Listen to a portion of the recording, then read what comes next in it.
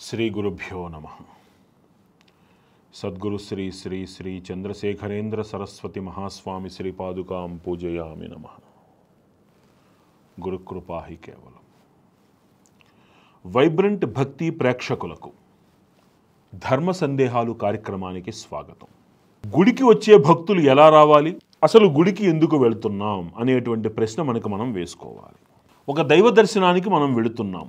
దైవాన్ని ఆశ్రయించేటప్పుడు కోరిక ప్రాధాన్యత కంటే కూడా దైవానుగ్రహాన్ని, మానసిక ప్రశాంతత ప్రాధాన్యతగా మనం ఆలయానికి వెళ్ళడానికి ముందుగా ప్రాముఖ్యతనివ్వాలి.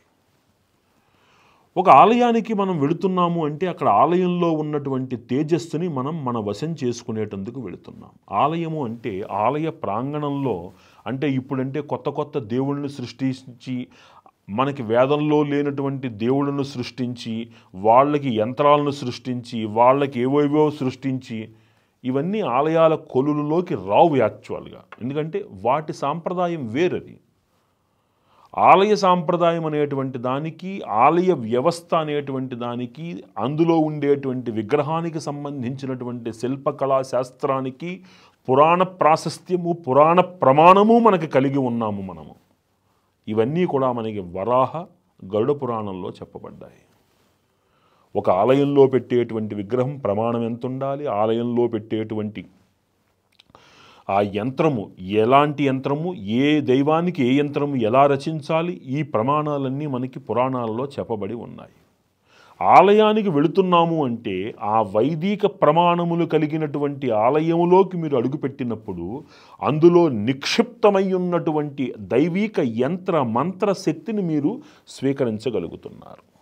ఏమండి, ఆ యంత్రము ఎంతమందికని మీకు అది శక్తిని ఇవ్వగలుగుతుంది?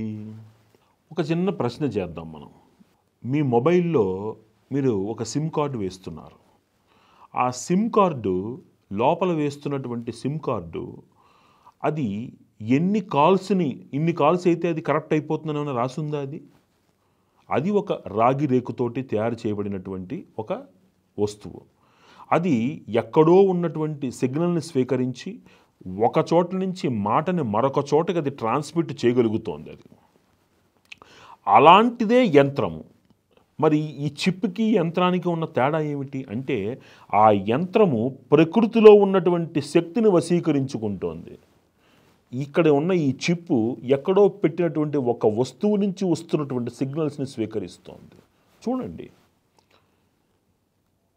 ప్రకృతి ఇస్తున్నటువంటి కొన్ని శక్తులను తనలో నిక్షిప్తం చేసుకుని ఆ మంత్రశక్తిని అక్కడికి వస్తున్న భక్తులకి ఇబ్బడి ముబ్బడిగా అందించగలిగినటువంటి సమర్థత కలిగిన ఆలయ వ్యవస్థ మన యొక్క ఆలయ వాస్తునందు నిక్షిప్తమై ఉన్నది. కాబట్టి గుడికి ఎందుకు వెళ్ళాలి అంటే మనల్ని మనం శౌచముగా అంటే శుచిగా చేసుకునేటందుకు వెళ్ళాలి.